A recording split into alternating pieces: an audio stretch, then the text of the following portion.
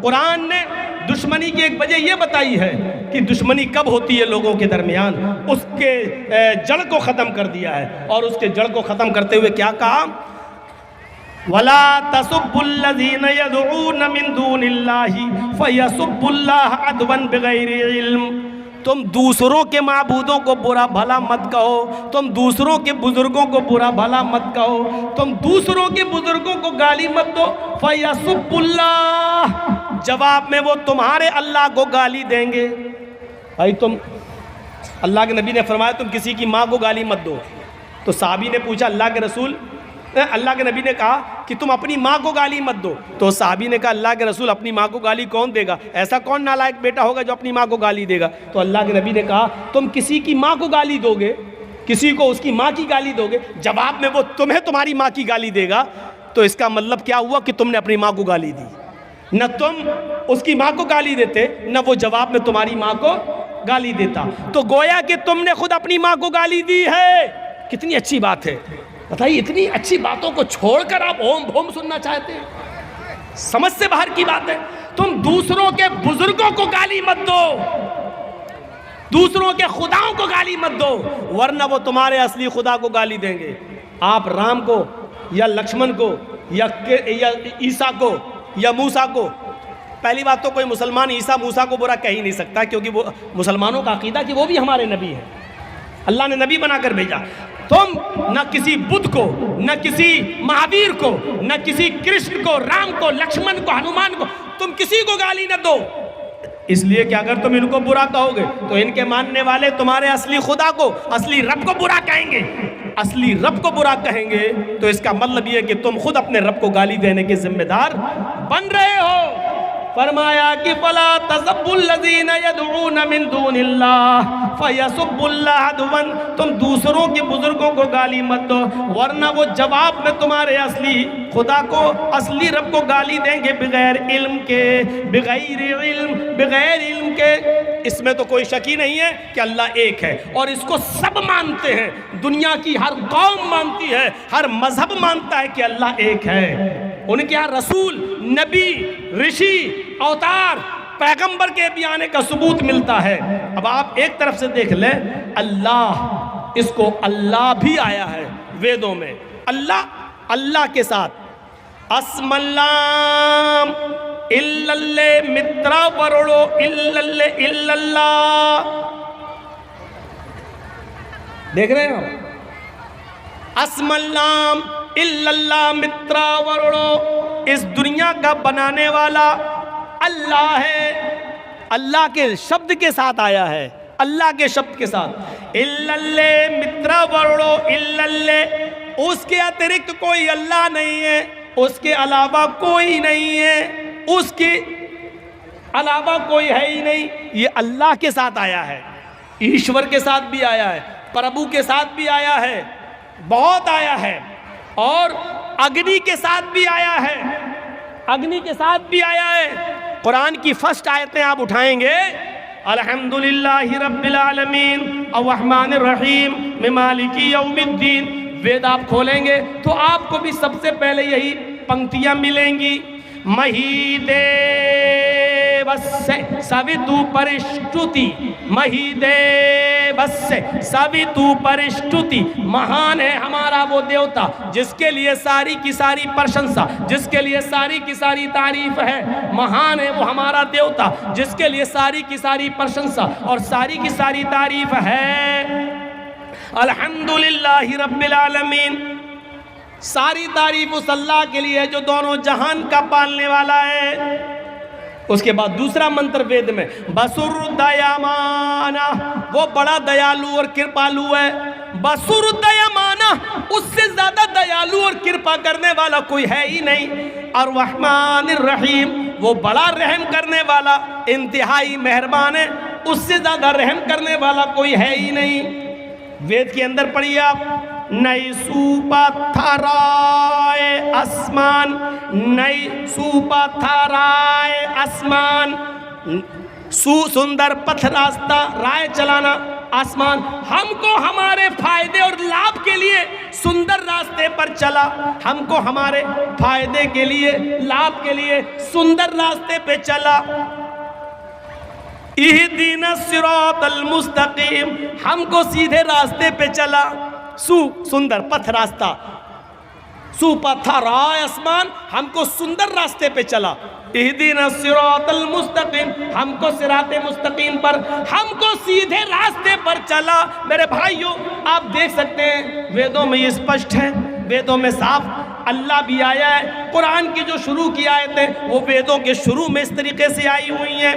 वेदों में तौहीद भरी पड़ी है। यचित्तियो यो पिम्मिम्मा नस्तस्मा देवी शोरीरिशा, जो भी मांगो उससे मांगो। यचित्तियो यो पिम्मिम्मा, जो भी मांगो उससे मांगो, वही सब कुछ देने वाला है। नस्तस्मा, नहीं दे सकता है कोई दूसरा। देवीशो, देवी देवता, रीरिशा, तुम्हें कुछ भी, उसके अलावा कोई दूसरा देवी देवता तुम्हें कुछ भी नहीं दे सकता है। देखिए कितना स्पष्ट कह दिया। यचित्तियो यो पिम्मिम्मा नस्तस्मा देवी शोरीरिशा, जो कुछ भी मांगो उससे मांगो, उसके अतिरिक्त, उसके अलावा कोई भी देवी देवता तुम्हें कुछ भी नहीं दे सकता है। इसी को कुरान कहता है, वला तदउ मिन दूनिल्लाहि मा ला यनफउका वला यदुर्रुक फइन फअलत फइन्नका इज़म मिनज़ ज़ालिमीन। फइन फअलत फइन्नका इज़म मिनज़ ज़ालिमीन। अल्लाह को छोड़कर तुम किसी और को मत पुकारो, अल्लाह को छोड़कर तुम किसी और से मत मांगो, अल्लाह को छोड़कर तुम किसी और के पास मत जाओ।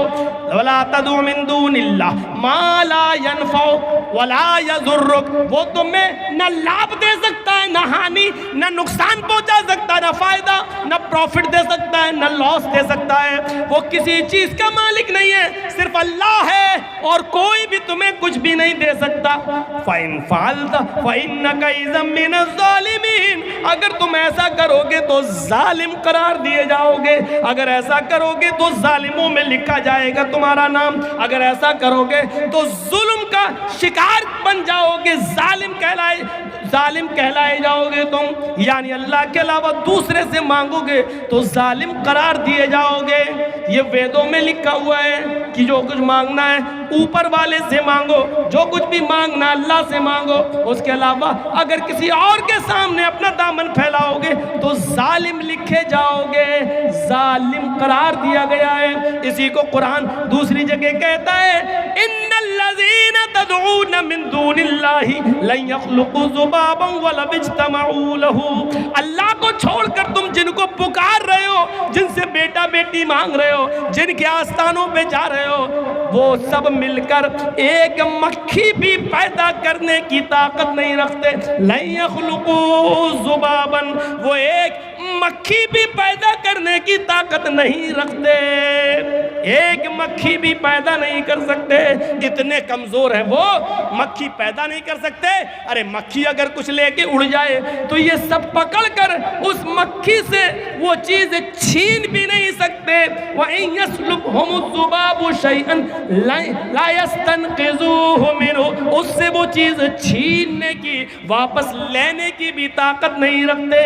ये इस्लाम का नजरिया है। और उधर हिंदू धर्म ने साफ कह दिया है, कोई नहीं है जो तुम्हें कुछ दे सके, अल्लाह के अलावा कोई भी, ईश्वर के अलावा कोई भी देवी देवता नहीं है जो तुम्हें कुछ दे सके। एकम ब्रह्मादित्य नास्ति नास्ति किंचन, इस ब्रह्मांड का रचयिता और रचनाकार एक ही है, दूसरा नहीं है। एक और जगह ऋग्वेद में कहा, अहम ब्रह्मा अस्ति, अहम सूर्य अस्ति, अहम चंद्र अस्ति, अहम इंद्र अस्ति।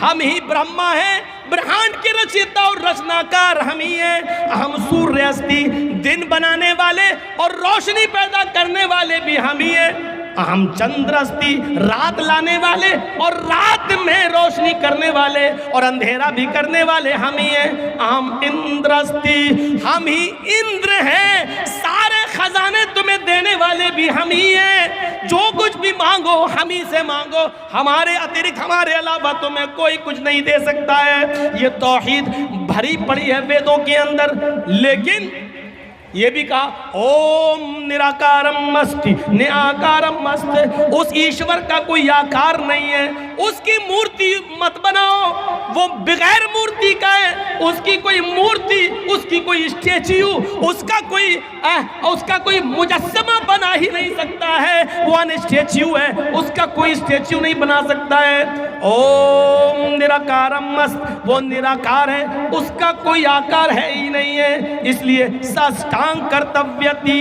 मस्तिष्क दृष्टिकोणास, लिहाजा जब भी साष्टांग करो, प्रार्थना करो, प्रे करो, इबादत करो, नमाज पढ़ो, तो अपनी नजर को साष्टांग यानी सजदे की जगह पर रख लो। ये श्रीमद् भागवत गीता में कहा जा रहा है कि अपनी नजर को, अपने दृष्टि, अपनी आंख को साष्टांग जहां सजदा किया जाता उस जगह रख लो। अब बताइए नमाज में कहां रखा जाता अपनी नजर?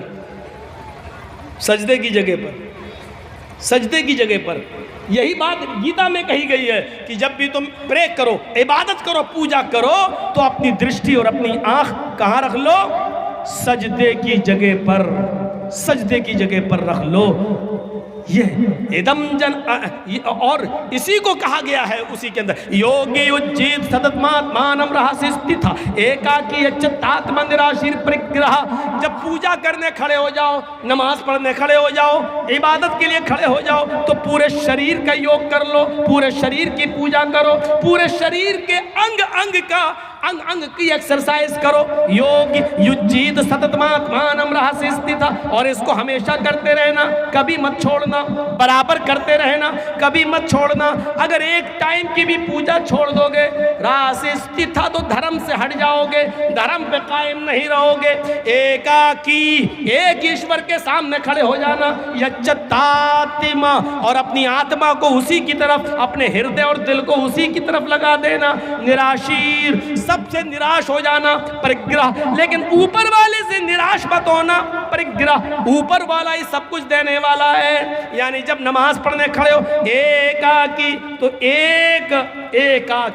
एक अल्लाह के सामने खड़े हो जाओ, एकाकी यच्चतात्मा, और अपनी आत्मा को, अपने हृदय को वही लगा लो। यानी नमाज में इधर उधर मत देखो, दिल ऊपर अल्लाह की तरफ लगना चाहिए। इसी को अल्लाह के नबी ने फरमाया, ताबुदल्लाह कान्नका तराह, अल्लाह की इबादत जब करो तो ऐसे करो गोया कि तुम अल्लाह को देख रहे हो। फ़इन लम तकुन तराह फ़इन्नहु यराक, अगर ये तसव्वुर तुम्हारे अंदर ना आ सके तो फिर ये तसव्वुर आ जाए कि वो हमें ज़रूर देख रहा है। जब तुम ये सोचोगे कि अल्लाह हमें देख रहा है, तो इबादत अच्छी तरीके से करोगे, अच्छी तरीके से नमाज पढ़ोगे, अच्छी तरीके से इबादत करोगे।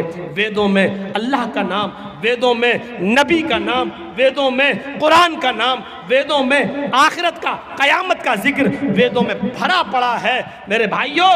लेकिन 20 साल की वेदों से भरी जिंदगी और 20 साल से संस्कृत और रामायण गीता सुनाने के बाद भी हम इस नतीजे पर नहीं पहुंचे कि इतना सुनाने के बाद एक गैर मुस्लिम को भी मुसलमान बनाया जा सका हो। मेरे प्यारे साथियों, 20 साल से वेद पढ़ रहे हैं, 20 साल से तकरीरें वेद और रामायणों पर हो रही हैं, लेकिन 20 साल की जिंदगी में एक भी बिहार, बंगाल की सरजमीन पर एक भी आदमी ऐसा नहीं आया जो वेद और रामायण सुनकर ये कहा हो कि हम इस्लाम ला रहे हैं, हम मुसलमान हो रहे हैं। क्योंकि मेरे भाइयों, हमने सही टाइम का इंतखाब नहीं किया है। जिस वक्त हमारे गैर मुस्लिम भाई सुनना चाहते हैं उस वक्त आप सुनाना नहीं चाहते हैं। हमारे उत्तर प्रदेश में अभी तो खैर इलेक्शन का दौर है, 1 साल पर से प्रोग्राम नहीं हो रहा है। बम्बई वगैरह चले जाइए तो गैर मुस्लिमों के लिए जलसे होते हैं, करते हैं, तो वहाँ क्या करते हैं, उनके लिए आगे कुर्सियाँ बिछा दी जाती हैं आगे, और उनको सवाल जवाब करने की पूरी परमिशन होती है। 1 घंटा मैं बोलता हूँ, तकरीर करता हूँ, और 1 घंटे के बाद आधे घंटे का टाइम उन गैर मुस्लिमों को दिया जाता है। आपको अगर कोई सवाल करना हो तो आप सवाल कर सकते हैं। तो वो अच्छा लगता है, वहाँ सुनाया जा रहा है, वो आगे बैठे हैं, वहाँ मंत्र नंबर, पेश नंबर, सफ़ा नंबर, कांड नंबर, सूक्त नंबर, श्लोक नंबर सब बताने में अच्छा लगता है, और फिर उनका सवाल भी होता है और उसके जवाब भी देने में अच्छा लगता है। मेरे भाइयों, यहाँ एक रस्म बनी है, बस हमने तो कभी नहीं कहा कि मेरे नाम के आगे चतुर्वेदी लगाओ।